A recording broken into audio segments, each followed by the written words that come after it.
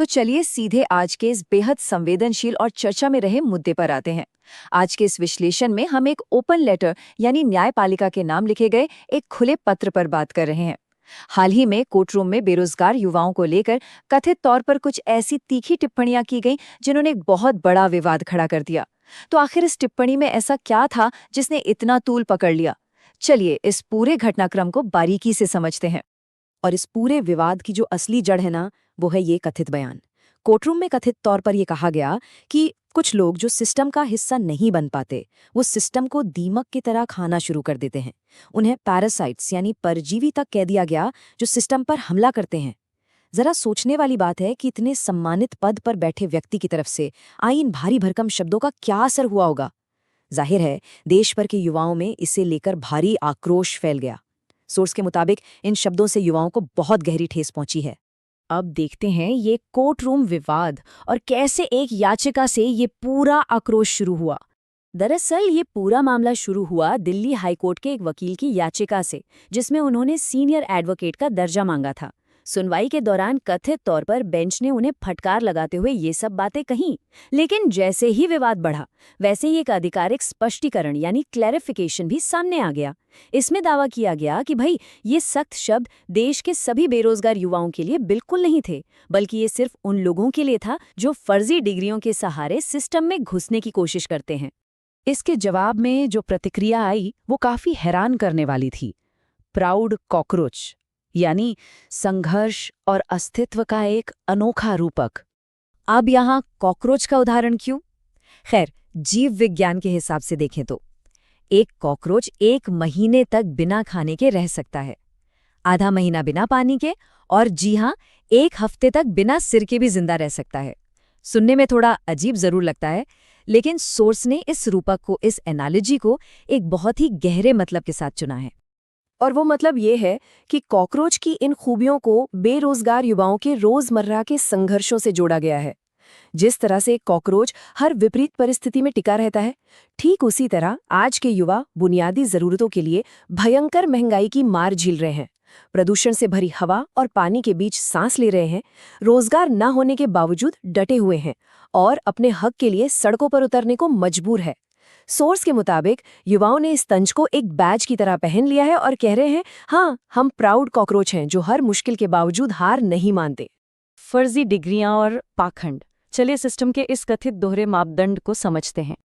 अगर हम सोर्स के तर्कों को आमने सामने रखकर देखें तो एक साफ विरोधाभास नजर आता है।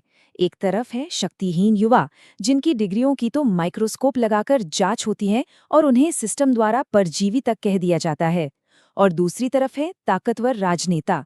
सोर्स का ये तर्क है कि इन नेताओं को अक्सर ऐसी जांच से बचा लिया जाता है।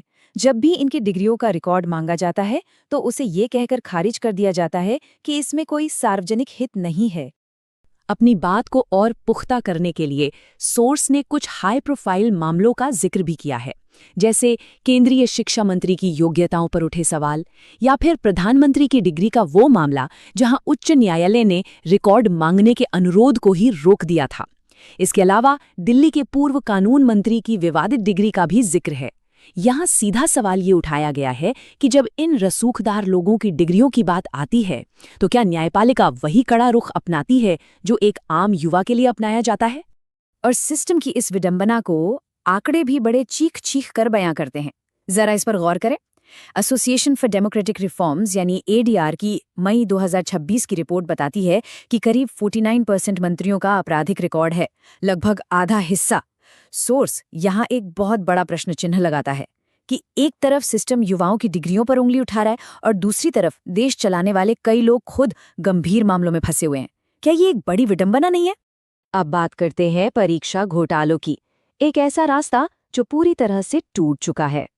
अगर हम पिछले कुछ सालों का ट्रैक रिकॉर्ड देखें तो ऐसा लगता है जैसे पेपर लीक होना एक लाइलाज बीमारी बन गई है।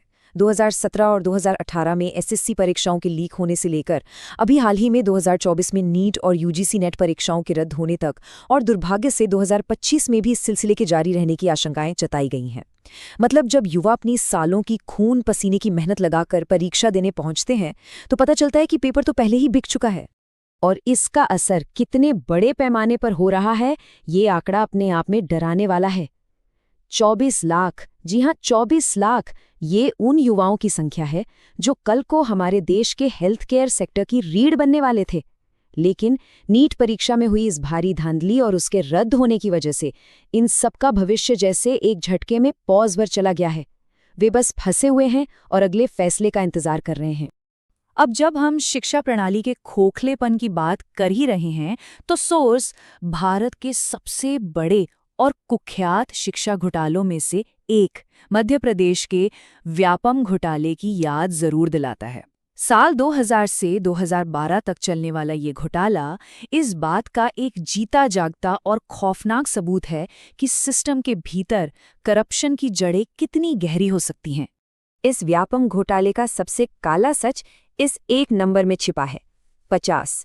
सोर्स के मुताबिक इस घोटाले को कवर करने वाले या इससे जुड़े लगभग 50 मीडिया कर्मियों और अन्य लोगों ने रहस्यमयी परिस्थितियों में अपनी जान गंवा दी। तो समझ लीजिए, ये कोई आम पेपर लीक का मामला नहीं था, ये उससे कहीं ज्यादा संगीन था।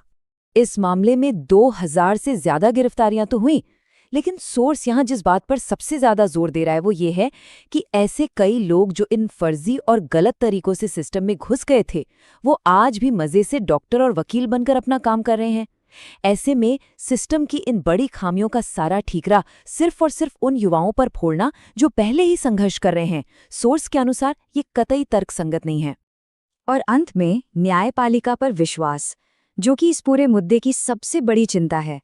ग्राउंड रियलिटी तो ये है कि आज देश के आम नागरिक वो जिम्मेदारियां उठा रहे हैं जो असल में सिस्टम को निभानी चाहिए थीं। लोग खुद आरटीआई एक्टिविस्ट बन रहे हैं, पर्यावरणविद बनकर सामने आ रहे हैं, दिल्ली जैसे शहरों में साफ हवा और पानी के लिए प्रोटेस्ट कर रहे हैं। सोर्स का स्पष्ट बचाव ये है कि युवाओं का इन सब चीजों के लिए आवाज उठाना कोई परजीवी वाला काम नहीं है, बल्कि ये तो सिस्टम के फेल होने के कारण पैदा हुई एक मजबूरी है। इस पूरी विस्तृत चर्चा से एक बहुत ही गहरी बात निकलकर सामने आती है। न्यायपालिका जैसे पवित्र और ऊंचे पदों से कहा गया एक एक शब्द बहुत मायने रखता है। वो शब्द इतिहास के पन्नों में दर्ज हो जाते हैं और सबसे अहम बात, वो न्याय प्रणाली पर आम जनता के भरोसे को बनाते या बिगाड़ते हैं। सोर्स यहाँ एक बड़ी चेतावनी देता है कि इतने ऊंचे पदों से आने वाले ऐसे तीखे बयान जनता के उस गहरे विश्वास को कमजोर कर सकते हैं। तो इस पूरे विश्लेषण को हम सोर्स द्वारा उठाए गए एक बहुत ही चुभने वाले सवाल के साथ खत्म करते हैं। क्या ये सिस्टम बिना किसी पूर्वाग्रह के, बिना किसी बायस के न्याय कर सकता है? ये सवाल इसलिए उठ रहा है क्योंकि अगर सिस्टम के भीतर बैठे लोग ही युवाओं को लेकर इस तरह की पूर्वधारणाएं रखेंगे तो निष्पक्ष न्याय की उम्मीद कैसे की जा सकती है? ये एक ऐसा सवाल है जो सच में सोचने पर मजबूर कर देता है कि क्या ये पूरा सिस्टम वाकई सबके लिए एक समान काम कर रहा है। आज के इस विश्लेषण में बस इतना ही। इस पूरे मुद्दे की गहराई को समझने में हमारे साथ जुड़े रहने के लिए बहुत बहुत धन्यवाद।